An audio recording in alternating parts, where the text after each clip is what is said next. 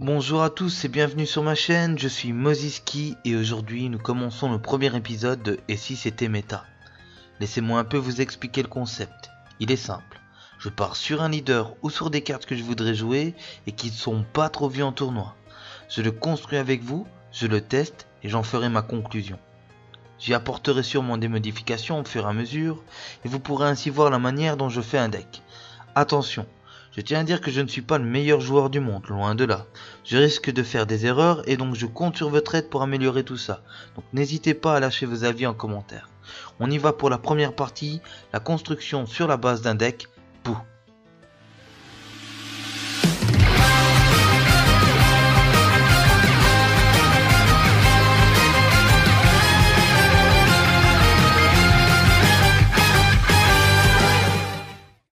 C'est parti.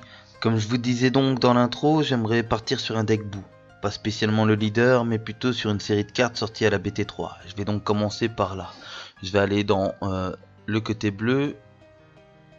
Voilà. Et alors nous allons chercher vraiment la base qui m'intéresse vraiment. C'est-à-dire un bois 3 qui est ici, que je vais mettre en 4 fois. Ensuite, nous allons donc lire son effet, c'est pour un bleu, en union absorbe, je place une carte de combat de ma main sous cette carte et je choisis jusqu'à un bleu, Majin Buu avec une énergie de 5 de mon deck et je le place au-dessus de cette carte. Ensuite, je mélange le deck. Alors la particularité de cette carte aussi, c'est qu'elle a critique, ce que je trouve super intéressant. Alors donc, pour que ça fonctionne, on va aller chercher donc le bois 5. Qui m'intéresse aussi, qui est celui-ci. Une fois par tour, je choisis un Supreme Kai du Sud sous cette carte et elle gagne tous les effets durant le tour. Donc, bien sûr, ce sera mon bout de l'Union Absorbe. Alors, pour fonctionner avec ça, il nous faut donc un Supreme Kai du Sud qu'on va chercher. Donc c'est un 3 normalement, voilà. Donc aussi cette carte a la critique et quand cette carte attaque je choisis jusqu'à une carte de l'adversaire donc de combat avec une énergie de 3 ou moins et elle retourne dans la main. Donc aussi super intéressant dans le critique, je vais le mettre en 4. Alors nous avons ici un Majin Buu qui donne barrière à tous les bouts qui seront sur cette carte. L'union absorbe dans mon cas ici ne m'intéresse pas, mais le côté de la barrière est super intéressante. Donc à l'heure actuelle je vais le mettre en 4, mais elle pourrait diminuer en 3. Nous avons aussi le BD qui fait que tous les Majin Buu sur la zone d'arène, zone de combat plutôt, obtiennent barrière. Et quand on joue cette carte, on peut aller chercher jusqu'à un Majin Buu de 3 du deck et de le jouer. Franchement j'hésite à jouer, je trouve ça quand même intéressant dans le sens qu'elle donne barrière, un peu comme le Majin Buu à 4. Elle permet d'aller chercher directement un Buu à 3, donc ça pourrait être une solution alternative. Pour le moment je vais juste la mettre en 1, c'est juste pour savoir qu'elle existe, mais je ne sais pas encore si je vais la jouer. Alors qu'est-ce que nous pouvons encore partir sur un deck Buu? Le principe ici ce serait quand même d'essayer de le rendre compétitif, de voir sur qui je pourrais tomber. On va souvent tomber sur le deck Singe à l'heure actuelle, on peut tomber sur un Veggie, on peut tomber encore sur certains autres decks, mais c'est vraiment ces deux decks là qui sont vraiment importants quand on passe en tournoi. Alors, il pourrait avoir des supports. Niveau support, nous avons le Grand Supreme Kai, qui va permettre que quand on joue cette carte, on choisit jusqu'à une carte de combat autre que Grand Supreme Kai avec un nom incluant Supreme Kai du deck et on l'ajoute à la main. Ça pourrait permettre d'aller chercher facilement notre KO du Sud. Donc je vais la mettre en 1 pour le moment, ne sachant pas encore ce que je peux faire. Bien sûr, on va aller chercher nos super combos. Alors nous avons la possibilité soit de piocher une carte sûr et certain avec Piccolo, ou alors nous avons aussi l'autre qui se situe... normalement elle ne devrait pas être très loin, je crois que je l'ai... Voilà. Et cette carte-ci c'est la même chose à part que on remet une carte du combo adverse dans sa main. Et s'il n'y a rien, on pioche une carte. Dans le sens que si on attaque, on est sûr de piocher une carte. Et si on défend, ça peut gagner un avantage. Moi personnellement je suis plus fan du boost attaque Piccolo, donc c'est sur là-dessus que je vais partir, je vais le mettre en 4 fois. Alors, ici je pars dans le principe que je pars sur un full bleu, mais est-ce que c'est vraiment le plus intéressant à l'heure actuelle? Je n'en sais rien. J'avais une petite idée en me disant que je pourrais partir avec quelques jaunes, mais je perdrais à ce moment le support que pourraient apporter certaines cartes bleues pour aller chercher certaines cartes. Donc pour le moment je vais partir sur du full bleu, et si par la suite je vois que ça n'irait pas, je pourrais par exemple changer en jaune et bleu. Donc je continue sur mon full bleu avec la contrainte de Whis, qui est super intéressante dans le sens où l'énergie n'est pas réellement utilisée malgré qu'il la faut up. Donc voilà, on a nos 4 combos, on a nos 4 contres, on a donc les 4 bouts à 3, les 4 suprêmes du sud, suprême Kai sud, et nous avons notre Majin Buu qui va donner barrière, ainsi que notre bout à 5 pour faire l'union absorbe. Nous avons encore un autre bout à 5 qui est ici. Alors on va lire un peu l'effet. Pour 4 dont 2 bleus, il faut l'évoluer sur un grand suprême Kai. Donc ça ferait 4 ouais. Double strike, donc double frappe. Pourquoi pas. Et alors le permanent, c'est si cette carte devrait partir de la zone de combat alors qu'elle a un grand suprême Kai en dessous, on place toutes les cartes en dessous de cette carte à la place et elle reste encore sur le terrain. Je suis pas convaincu. Personnellement, cette carte là je la trouve pas mal mais pas exceptionnelle. Je pense que ça prendrait plus de place qu'autre chose. Donc à l'heure actuelle je ne vais pas la mettre. Par contre j'adore ce nouveau finisher qui est sorti à BT3, qui est une Ex-Evolve. Pour un bleu on place 2 cartes de sa main dans la zone de dispersion et on la met sur un Majin Buu avec une énergie de 5 ou plus. Donc justement ce qu'il nous faut. Elle a triple strike, donc triple frappe, et l'auto, quand cette carte évolue sur une carte, on la switch en mode action et elle gagne 30 000 de pouvoir pour la durée du tour. Alors ça je trouve ça super fort quoi. C'est-à-dire que le principe serait du combo aller chercher un out of control du Majin Buu à 3, de faire l'union absorbe, de réussir à placer le suprême Kai, de réussir à placer le Majin Buu et d'aller chercher donc le Majin Buu Power Absorbing. Ce qui ferait que nous aurions une double frappe en critique, donc pas vraiment une double frappe mais plutôt une réplique en critique. Donc ça nous ferait déjà 2 points de gagné sur l'adversaire si admettons il ne contre pas. Et une fois qu'on a attaqué la deuxième fois qu'elle est en inertie, on peut aller placer justement l'Ultimate Evil Majin Buu.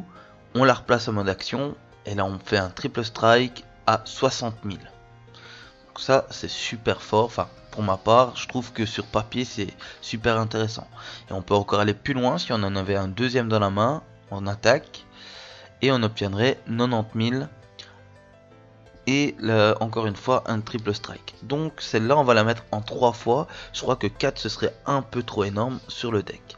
Donc nous voilà à 29 cartes à l'heure actuelle, sachant que on a mis en attendant le Supreme Kai, le grand Supreme Kai pour aller chercher notre Kaio du sud, et on a mis le BBD pour obtenir une barrière. Bon, moi je partirais plutôt sur le combo avec ce bout, parce qu'en fait il y a une petite technique qui est super intéressante, c'est que dans l'union absorbe il fait écrit jusqu'à un Majin Buu avec une énergie de 5, ce qui veut dire qu'on n'est pas obligé de résoudre l'effet, simplement juste faire le coup, c'est à dire on met cette carte sur le terrain, on place par exemple un Suprême Kaio du sud, mais on ne va pas chercher tout de suite ce bout à 5. À ce moment là on vient placer une deuxième fois cette carte en dessous de ce bout, ce qui nous obtiendrait ça, donc à l'heure actuelle le Suprême Kai et le Boo qui donne barrière. Et à ce moment là on va chercher le Majin Buu à 5 qui obtiendra critique et barrière. Et moi je pense que ce serait super bien. Donc on va déjà retirer le Bibidi. Ça je ne trouve pas ça super intéressant. Alors on va aller chercher les staples de base, c'est-à-dire les Senzu. Et ce qui serait intéressant, c'est de savoir à partir de quel tour on pourrait déjà faire notre combo. Donc, dans la mesure du possible, il nous faut déjà 3 énergies sur le terrain. Et pour faire l'union absorbe, il nous en faut une 4ème. Donc ça nous ferait à l'heure actuelle au T4, donc tour 4. Est-ce qu'il y a moyen de réduire tout ça? Je pense que oui. Par exemple, en ajoutant un leader. Et donc je pense que partir sur du SSJ3 serait super intéressant dans le sens où on gagne un tour grâce à l'effet du Sangoku non éveillé. Donc je vais partir là-dessus. Je pourrais partir sur du Majin Buu c'est sûr, mais le problème c'est que je trouve cette carte beaucoup trop lente à l'heure actuelle, et je crois même dans le futur, comparé aux autres decks. Si on veut le rendre un minimum compétitif, je ne pense pas que c'est sur ce leader qu'il faut que je me tourne. Donc je vais continuer sur Sangoku, le SSJ3 qui est à l'heure actuelle fortement vu en tournoi. Et nous allons donc continuer en enchaîner. Alors, qu'est-ce qu'on va pouvoir faire? Est-ce qu'on garde ça? Bah pourquoi pas, parce que c'est vrai que ce serait toujours intéressant de aller chercher une carte de son deck. Si ça sort pas, ok.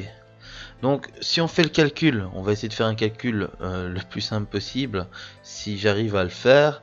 Donc on était sur un tour 4 de base, mais on gagne un tour. Donc tour 3 logiquement, premier tour on a 2 énergies, deuxième tour on a 3 énergies, donc deuxième tour on peut jouer, et troisième tour on sait faire l'union absorbe. Alors est-ce qu'on sait encore réduire ça? Ben il existe une carte que je suis en train de penser qui pourrait faire qu'on réduise encore d'un tour. Ce serait le petit trunk. Le petit trunk qui ferait que on puisse retaper une énergie. Donc dans le meilleur des cas, à ce moment là, tour 1 on a toujours 2 énergies, tour 3 on a 3 énergies, on invoque justement le petit bois 3, on tape avec le leader, admettons, on place un spirit trunk et on retape une énergie, ce qui va pouvoir utiliser le combo pour faire l'union absorbe. Donc on va le placer en 4. Alors, qu'est-ce que nous avons encore? On n'a pas grand chose au niveau de petits niveaux. Ce serait toujours intéressant de regarder. Moi je pense ici à 2 cartes. Nous voyons le petit agent de la résurrection Babidi. Quand vous jouez cette carte, vous regardez jusqu'à 3 cartes de votre deck et choisissez jusqu'à une carte, donc c'est Majin Buu dedans, et vous la rajoutez dans la main. Ensuite vous changez, enfin, vous mélangez le deck. On va calculer le nombre de bouts qu'on a.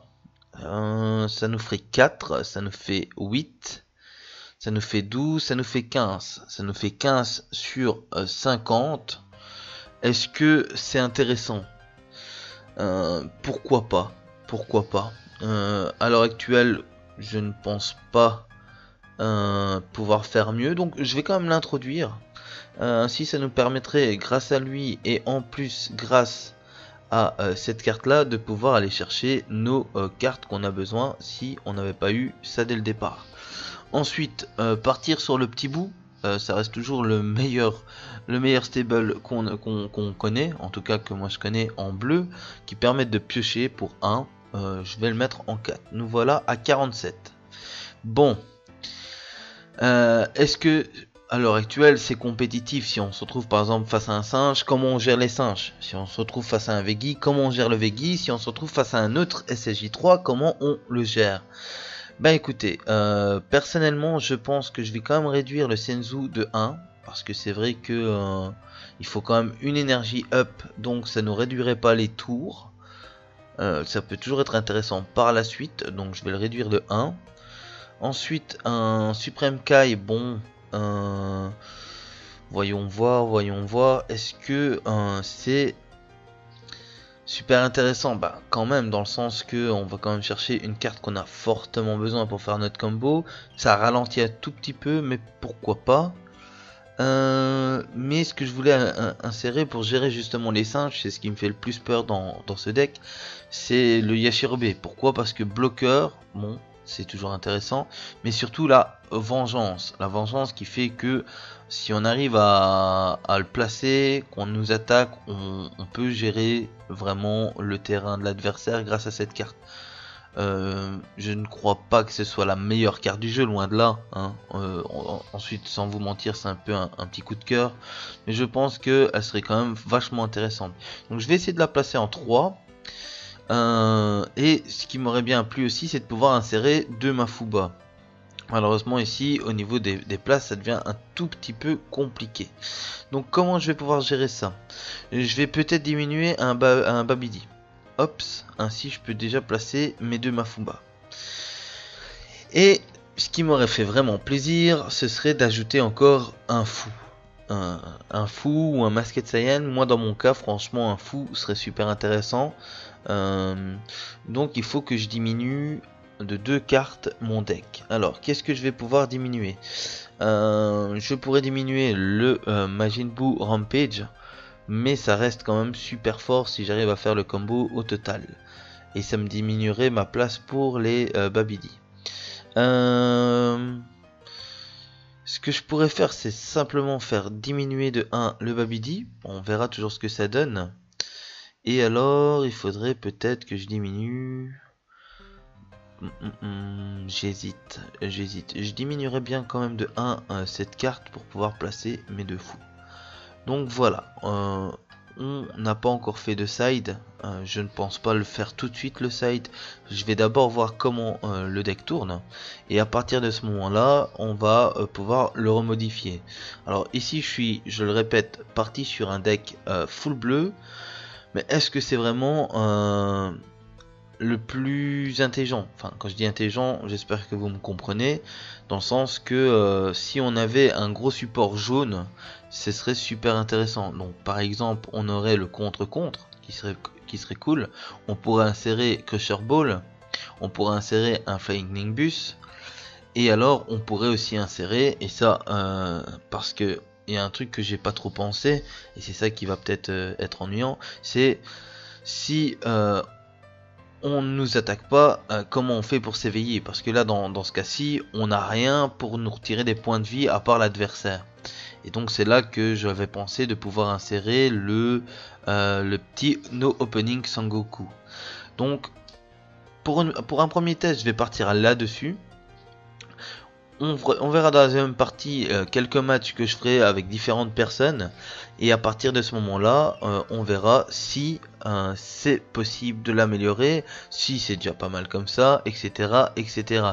Donc je vais juste sauvegarder, donc on va mettre ici, c'était méta épisode 1.